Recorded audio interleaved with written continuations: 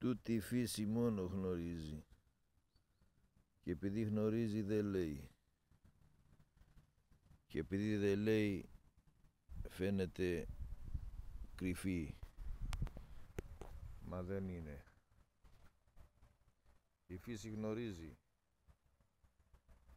Μα η γλώσσα της δεν είναι ανθρώπινη. Ο άνθρωπος ψάχνει να βρει με γλώσσα ψεύτικη τι είναι η φύση.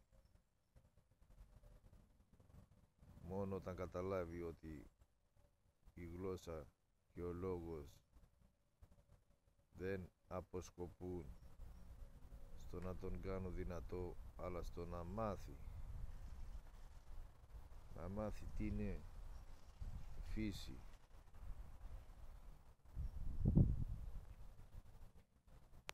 Τι είναι αυτός ο ήλιος. Όχι εμπειρικά και επιστημονικά, αλλά ουσιαστικά.